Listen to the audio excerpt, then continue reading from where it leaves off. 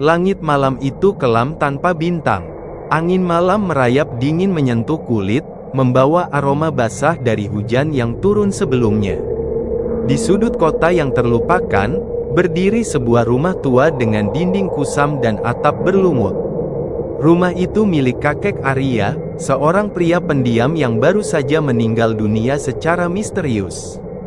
Tidak ada yang tahu pasti penyebab kematiannya. Hanya saja, desas-desus di sekitar menyebutkan bahwa sebelum ajal menjemput, kakek sering terdengar berbicara sendiri di ruang tamu yang gelap.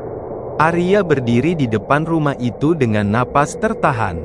Peninggalan satu-satunya yang diwariskan kepadanya hanyalah sebuah jam dinding tua yang kini tergantung diam di ruang tamu. Jam itu memiliki bingkai kayu yang mulai lapuk dan kaca buram yang menutupi jarum-jarumnya yang sudah karatan. Meski terlihat seperti benda yang tak berharga, ada sesuatu yang membuat Arya merasa gelisah setiap kali memandangnya. Malam itu, Arya memutuskan untuk tinggal di rumah tersebut, berharap bisa menemukan petunjuk tentang apa yang sebenarnya terjadi pada kakeknya. Dengan langkah berat, ia masuk ke dalam rumah yang kini terasa lebih sunyi daripada sebelumnya. Lantai kayu berderit di bawah kakinya, dan bayangan dari lampu gantung yang redup menari di dinding. Di ruang tamu, jam dinding tua itu tergantung dengan angkuhnya. Tidak berdetik, tidak bergerak. Hanya menunjukkan pukul 12 tepat, seolah waktu telah berhenti di sana. Arya mendekati jam itu dan menyentuh permukaannya yang dingin. Sebuah suara gemerisik tiba-tiba terdengar dari dalam jam, membuatnya mundur dengan napas tertahan. Malam semakin larut. Arya mencoba mengabaikan perasaan tidak nyaman yang terus mengikutinya. Ia duduk di sofa tua sambil memandangi jam yang masih diam membisu. Namun tepat ketika jarum pendek menyentuh angka 12 lagi, suara detikan tiba-tiba memenuhi ruangan. Detik pertama terdengar pelan, namun semakin lama semakin nyaring, seperti jantung yang berdetak panik. Arya terkejut. Padahal jam itu sudah lama mati, begitu kata tetangga yang sempat melihatnya. Namun kini jarumnya bergerak, perlahan namun pasti. Waktu yang ditunjukkan bukan tengah malam, melainkan pukul 3:13. Perasaan aneh merayap di punggung Arya. Di sudut mata, ia menangkap bayangan yang melintas cepat di lorong menuju dapur. Jantungnya berdegup kencang. Ia mencoba meyakinkan dirinya bahwa itu hanya ilusi. Namun suara langkah kaki yang berderap pelan di lantai kayu membuatnya meragukan pikirannya sendiri.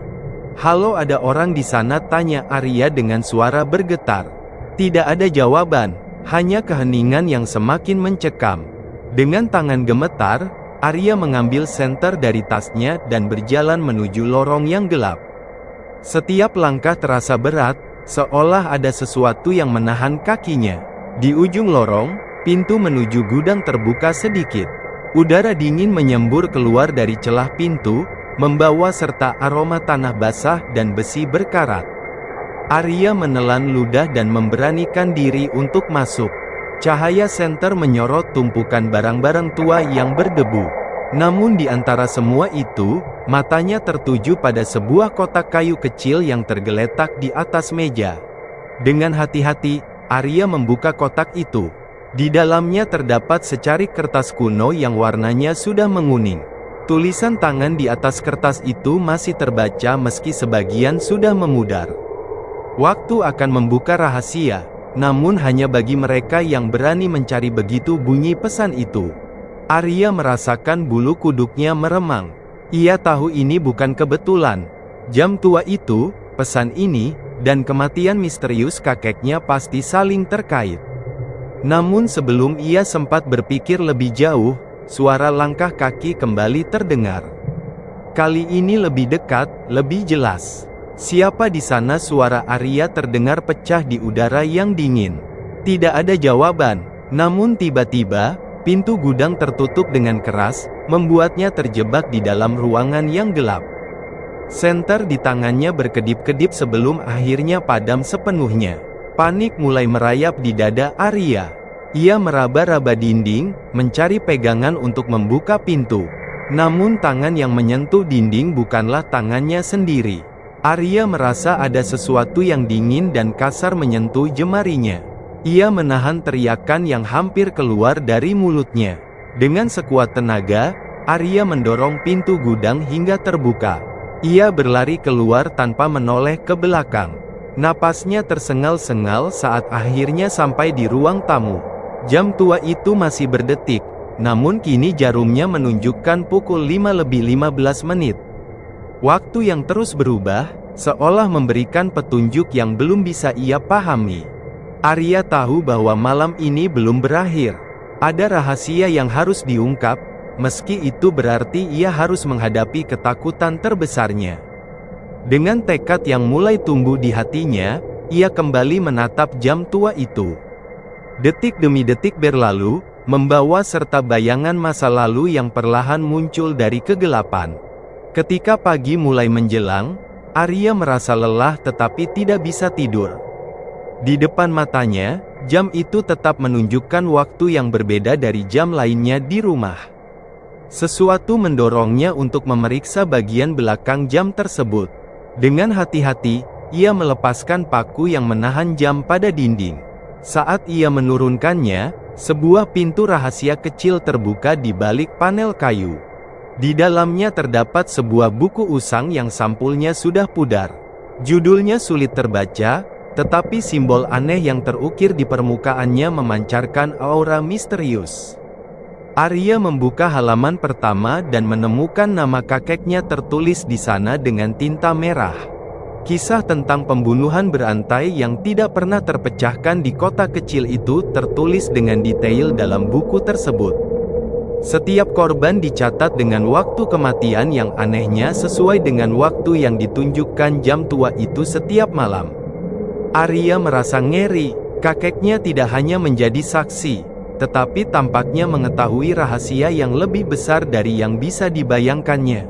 Semakin ia membaca, semakin jelas bahwa ada keterlibatan kekuatan gelap yang memanipulasi waktu dan kehidupan manusia. Buku itu menyebutkan sebuah ritual kuno yang melibatkan jam tersebut sebagai portal ke dimensi lain di mana masa lalu dan masa kini bertemu. Arya menyadari bahwa dirinya kini terjebak dalam misteri yang jauh lebih besar dari sekadar kematian kakeknya. Dengan tekad yang bulat, ia memutuskan untuk melanjutkan pencarian meski bahaya mengintai di setiap sudut. Jam tua itu telah membuka jalan menuju rahasia tergelap kota mereka, dan Arya tahu bahwa hanya dengan keberanian ia bisa menemukan akhir dari kisah yang mencekam ini. Pagi itu, Arya memutuskan untuk membawa buku misterius tersebut ke perpustakaan kota. Mungkin, pikirnya, ada referensi yang bisa menjelaskan simbol-simbol aneh yang memenuhi halaman-halaman usang tersebut. Perpustakaan tua itu sendiri sudah lama dianggap angker oleh penduduk sekitar, tetapi Arya tidak peduli.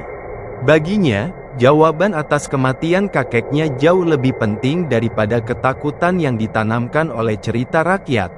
Saat memasuki perpustakaan yang beraroma debu dan kertas tua, Arya disambut oleh penjaga perpustakaan bernama Pak Herman. Pria tua dengan wajah keriput dan kacamata tebal itu memandang Arya dengan tatapan curiga. Mencari sesuatu yang spesifik, nak tanya Pak Herman sambil mengusap janggut putihnya. Arya mengangguk dan menunjukkan buku itu kepada Pak Herman. Wajah pria tua itu seketika berubah pucat. "Dari mana kau mendapatkan ini?" suaranya bergetar. "Dari rumah kakekku," jawab Arya. "Apa Anda tahu sesuatu tentang buku ini?" Pak Herman terdiam sejenak sebelum akhirnya berbisik. "Buku itu tidak seharusnya berada di tangan manusia biasa. Ada kutukan yang melekat padanya. Banyak yang mencoba membacanya, tetapi mereka semua berakhir dalam kegilaan." Arya merasa jantungnya berdetak semakin cepat. Meski takut, ia tidak mundur. "Saya harus tahu rahasia di balik kematian kakek saya. Apapun risikonya." Pak Herman menarik napas panjang dan mengangguk pasrah. "Baiklah. Tapi ingat, setiap jawaban